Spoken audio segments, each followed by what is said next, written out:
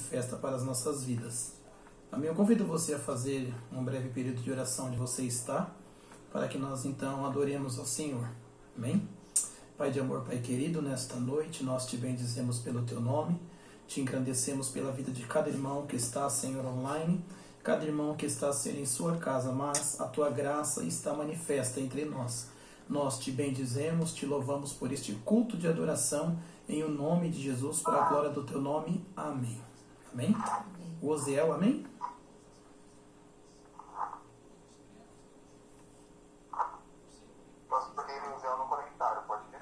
Pode direto? Queridos, então, tivemos aqui algumas interferências aí com relação à conexão, mas não tem problema não. Eu gostaria de convidar você a ler a tua palavra neste momento, a palavra do Senhor, no Evangelho de João, capítulo 10. Nós vamos ler o versículo 9, versículo 10, para que nós possamos então adorar e bendizer o nome do Senhor nesta noite por intermédio da sua palavra. Amém? Evangelho de João, capítulo 10, verso 9, verso 10. Está escrito assim, ó. E disse Jesus: Eu sou a porta. Se alguém entrar por mim, salvar-se-á. E entrará e sairá e encontrará descanso. O ladrão vem somente para roubar, matar e destruir. Mas eu vim para que tenham vida e tenham vida em abundância. Quando nós olhamos esse texto, amados, e começamos a verificar de todos esses momentos, desse período de perseguição, de crise, de influência, de líderes se degladiando nas mídias, nas redes de televisão, nós encontramos aqui uma palavra confortadora de Jesus. Quando nós vemos esse daqui, Jesus dizendo que ele está falando que ele é a porta. Algo muito interessante nos chama a atenção nesta noite para nós podermos aqui verificar e entender o que Deus quer para nós. Qual é a característica de uma porta? Uma porta ela só tem dois objetivos: para entrar, para sair. Ela só serve para fechar, para permitir alguém entrar ou sair. Então, quando Jesus está dizendo aos discípulos aqui a respeito que ele é a porta, nós temos que nos lembrar algumas portas da Bíblia Sagrada. Uma das grandes portas que Deus então proporcionou ao homem foi a porta do Éden. Na porta do Éden era um lugar onde o homem não precisava sair de lá, não precisava sair daquele lugar onde nós sabemos que era um lugar de delícias, era um lugar que tudo funcionava perfeitamente, era um lugar de comunhão, mas devido às fragilidades e às fraquezas do homem, então a porta do Éden se fechou. Quando houve então a falha da desobediência do homem, a Bíblia diz que Deus então colocou e chamou o homem e a mulher para fora e disse: olha, a partir de agora vocês não podem mais voltar para lá. Então aquela porta da comunhão se fechou.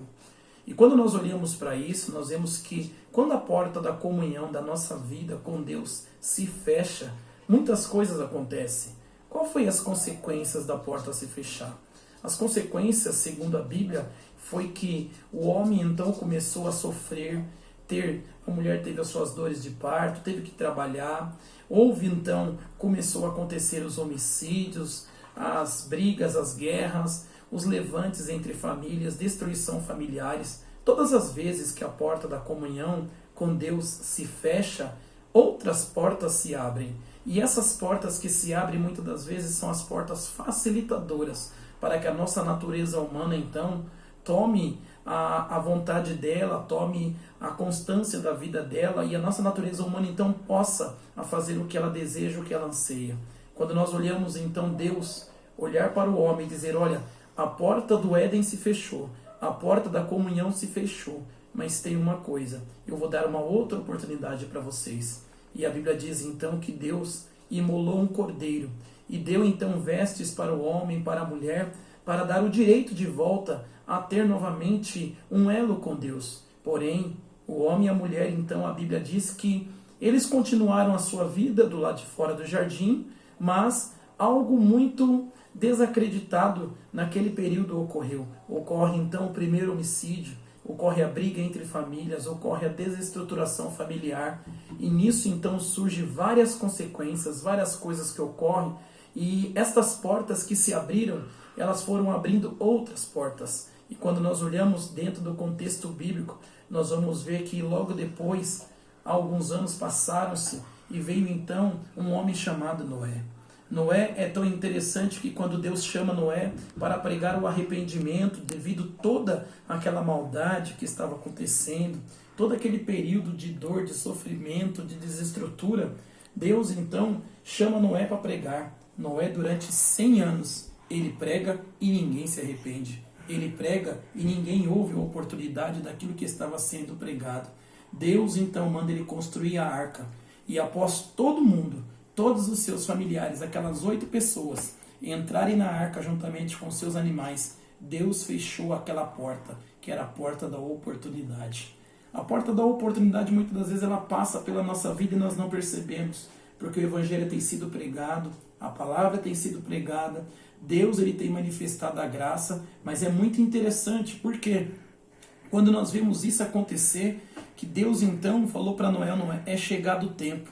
Deus então fechou a porta da arca pelo lado de fora. E quando Deus fechou a porta da arca pelo lado de fora, já não tinha mais como ninguém sair. A oportunidade que ocorreu naquele momento foi uma oportunidade de salvação. Todos então passaram a ter o direito de salvação, mas quem? Aqueles que estavam dentro da arca. O que nós podemos perceber com isso? O que nós podemos ver?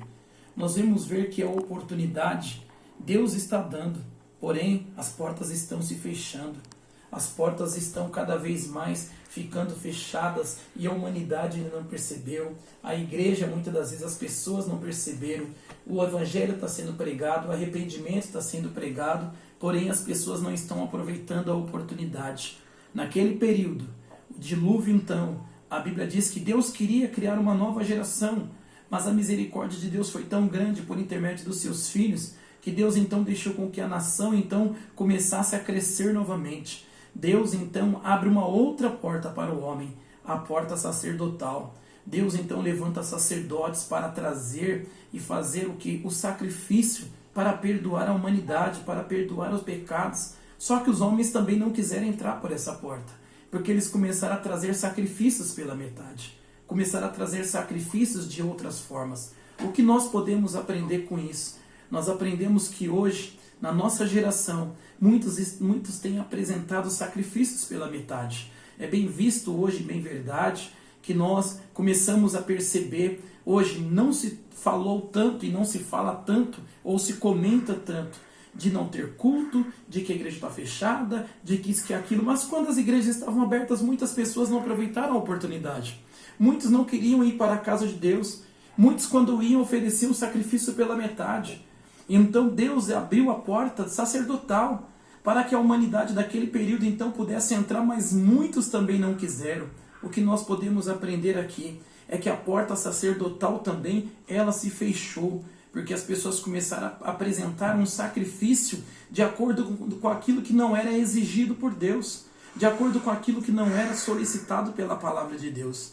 Nós então vemos que aquela porta sacerdotal se fechou. Deus olha para o homem e diz, eu vou te dar mais uma oportunidade. Deus abre uma porta, e dentro dessa porta era do ministério profético. Deus levanta profetas, e esses profetas então começam a anunciar, começam a dizer, olha, Deus está dando uma oportunidade para vocês, está dando um momento de perdão, Deus traz uma intervenção. E essas portas então que Deus começou a abrir através dos profetas em vários lugares, em várias nações, e mesmo assim os homens não quiseram, mesmo Deus enviando a palavra por intermédio de Isaías, de Jeremias, de Daniel, Deus enviando a palavra pelo ministério de Elias, de Eliseu, e mesmo assim o povo não quis, o povo não aceitou, o povo não se interessou. E o que acontece? A porta do ministério profético então começou a se fechar. Aonde que a porta se fechou? A Bíblia diz então que Deus permite com que o povo dele fosse levado ao cativo. Nós vamos encontrar isso no Salmo 137, quando começa a dizer, junto aos rios da Babilônia, nós nos assentávamos e chorávamos, e no salgueiro que ali havia, nós pendurávamos nas nossas harpas. E alguém dizia dos seus inimigos, entoe um cântico a nós, e dizíamos então os israelitas falando, como pois adoraremos, cantaremos ao Senhor e louvaremos o nome dele, sendo que habitamos em terra estranha. Hoje nós vemos algo muito parecido. Hoje parece que a nação, o mundo, está em cativo. Do lado de fora tem um vírus oprimindo, do lado de fora tem um vírus dizendo vocês não podem sair, vocês não podem estar aqui. E ficamos aprisionados muitas das vezes dentro das nossas casas, dentro dos nossos lares, nos nossos, muitas das vezes, leitos familiares. Ficamos aprisionados por quê? Porque há um inimigo do lado de fora dizendo: ei, você tem que ficar aí, aprisionado, condicionado, você tem que ficar aí desta forma. E essa porta, então, ela começou a fazer sentido na vida do povo.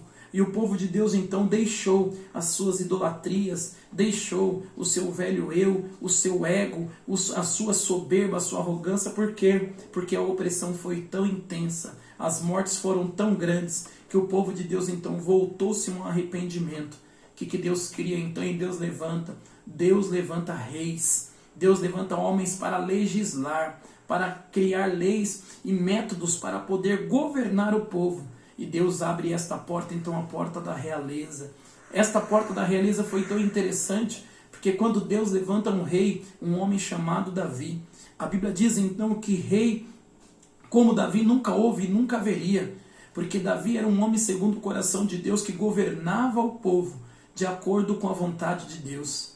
Estranha-me e nos entristece muitas das vezes quando vemos uma nação como a nossa brasileira se degladiando pela internet, governantes, tanto governadores como presidente. Não estou aqui para falar de A ou B, não é isso, mas pessoas que estão se degladiando de vez de legislar, pessoas que se dizem muitas das vezes voltadas, interessadas na questão de governo, politicamente, mas estão usando muitas das vezes a igreja para poder então fazer conforme a tua vontade e o teu querer.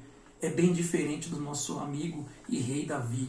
O rei Davi, ele chega a dizer que ele estava para governar não o povo de Deus, mas ele estava para governar segundo a vontade de Deus.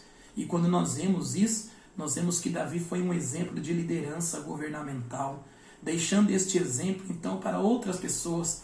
Ah, pastor, mas Davi teve as suas falhas. Com certeza teve as falhas, mas tinha uma coisa: Davi não perdeu o temor de Deus. O que nós temos que aprender com essas algumas portas que nós já falamos aqui, nós temos que aprender que não importa se Deus está levantando sacerdotes, está levantando profetas, está levantando reis, o que importa é que nós não podemos deixar de entender que Jesus ainda é a única porta. Jesus ainda é a única solução. Todos aqueles que estão acometidos, que estão entristecidos, que estão preocupados, eles têm que entender que a porta ainda é Jesus. Então, passando-se esse período, tanto de reis, de profetas, período de Noé, período de tantas pessoas, nós vamos entender então que Deus olha para o povo e vê o povo se corromper novamente. E o que acontece? Deus abre uma porta que talvez a humanidade nunca imaginou que seria aberta. Deus então abre a porta do silêncio. Deus abre a porta do silêncio. Deus fica 430 anos aproximadamente sem falar com o homem. Esta porta do silêncio foi tão intensa que os homens começaram a procurar Deus e não encontravam. Começaram a procurar a voz de Deus e não achavam. Começavam a procurar uma resposta e não encontravam.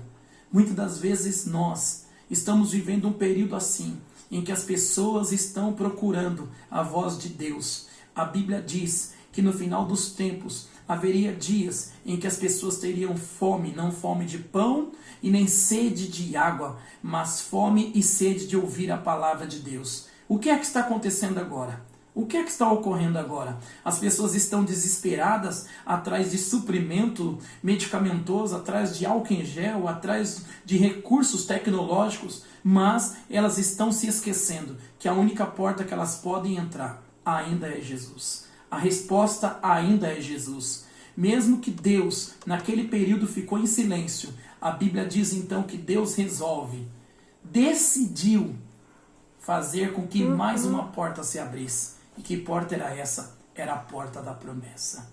Deus então envia o seu Filho. E quando Jesus vem à Terra, a Bíblia diz que ele veio para ser o Salvador, o libertador de toda a humanidade. A porta da esperança novamente se abriu. A porta da salvação novamente se abriu. Porém, a Bíblia diz que ele veio para os que eram dele, mas os dele não o receberam. Então Jesus estava em terra, caminhando, fazendo milagres, porém, Eles não queriam. O próprio Jesus ali, o próprio Jesus, ele estava ali então. Eles não queriam fazer a vontade de Deus, eles não queriam ouvir a voz de Deus, eles não queriam nada. E o que acontece? Jesus é levado à cruz. E algo muito interessante aqui para nós darmos fechamento nessa simples ministração. Quando Jesus vai à cruz, ele então chega lá e abre-se uma porta, a porta da salvação, para que se cumprisse então Gênesis 3,15. Da semente da mulher sairia um que esmagaria a cabeça da serpente.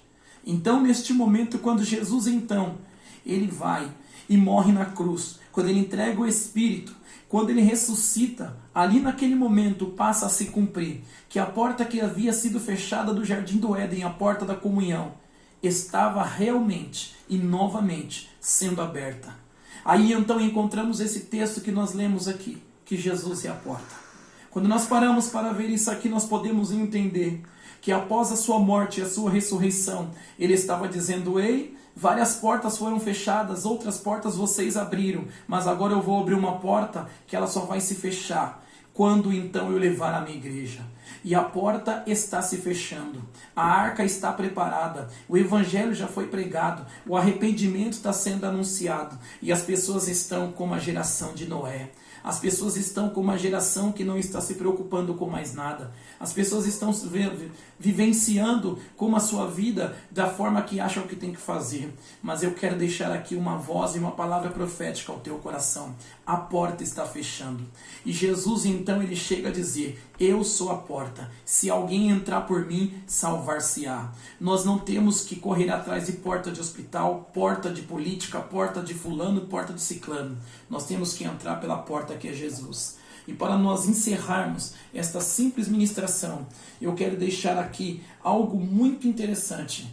Poucos dias atrás eu conversando com um pastor amigo meu, ele disse assim: Pastor Moisés, ainda nós não vivemos e não estamos vivendo nem o princípio de dores. E é o que nós podemos entender. Nós não estamos vivendo nem o princípio de dores. E quando nós olhamos para isso, essa frase mexeu muito comigo. Por quê? Porque quando eu olho para isso, eu vejo que a porta está aberta. O véu do templo se rasgou. Jesus está nos dando oportunidade. E eu quero ler aqui com você rapidamente o último versículo para você poder então caminhar comigo e nós termos um louvor e adoração com o nosso irmão Osiel. Tito capítulo 2, verso 11. Está escrito assim, ó: porque a graça de Deus se manifestou salvadora a todos os homens. A porta da graça está aberta. A porta é Jesus. A porta da salvação está aberta. A porta é Jesus. A solução para coronavírus, para AIDS, para diabetes, não importa o tipo de enfermidade, não importa o tipo de vírus, não importa o tipo de acusação, não importa o tipo de notícia que você está recebendo. O que eu estou dizendo para você é que se você entrar na porta que é Jesus, ele é a tua cura, ele é a tua salvação, ele é a resposta para a tua casa, ele é a resposta para a tua família, ele é a resposta para a tua vida financeira. As notícias estão dizendo aí que há desemprego, que há calamidade pública, as notícias estão dizendo que há colapso financeiro, mas eu quero dizer para você nesta noite, deixar esta palavra ao seu coração: a porta da graça está aberta, entre por ela, porque a porta é Jesus, a porta da salvação ainda está aberta, e se prepare, porque muito em breve vai se cumprir Mateus capítulo 25, eis o noivo, sai ao seu encontro, antes que a porta se feche. Que nesta noite você fique com essa ministração, que nesta noite, neste dia de hoje, você guarde bem esta palavra. Entre pela porta, não fique na janela, não fique olhando pela fresta, não fique olhando pela brecha, não fique olhando pelo muro, não fique do lado de fora do átrio, mas fique no Santo dos Santos, porque o véu do templo se rasgou e o acesso já foi dado. E este acesso para você é: a graça de Deus se manifestou salvadora para todos. Então que neste dia de hoje você entenda que você precisa entrar pela porta. Não fique mais esperando as oportunidades, porque muitas Deus já deu. Muitas Deus já te deu. Então nesta noite, faça um propósito com Deus. Faça um voto com Deus de entrar pela porta e dizer para Ele: entra, Senhor, também na minha casa, entra na minha vida. Faça, Senhor, morada no meu lar, porque eu sou tua casa, eu sou tua morada. E a Bíblia diz, para encerrar com você: eis que estou à porta e bato. Se alguém ouvir a minha voz, eu entrarei, cearei com ele e ele comigo. A você que está ouvindo agora esta ministração neste momento, talvez você está afastado do Evangelho, talvez você não quer compromisso com Deus, talvez você está tirando umas férias, talvez você ainda não tomou uma decisão por Jesus, mas Jesus está dizendo: eu estou à porta e bato. Ele está batendo. Ele está batendo na porta do teu coração, da tua alma, e dizendo: ei, o dilúvio vai chegar. Então, está na hora de você decidir. Amém? Deus abençoe.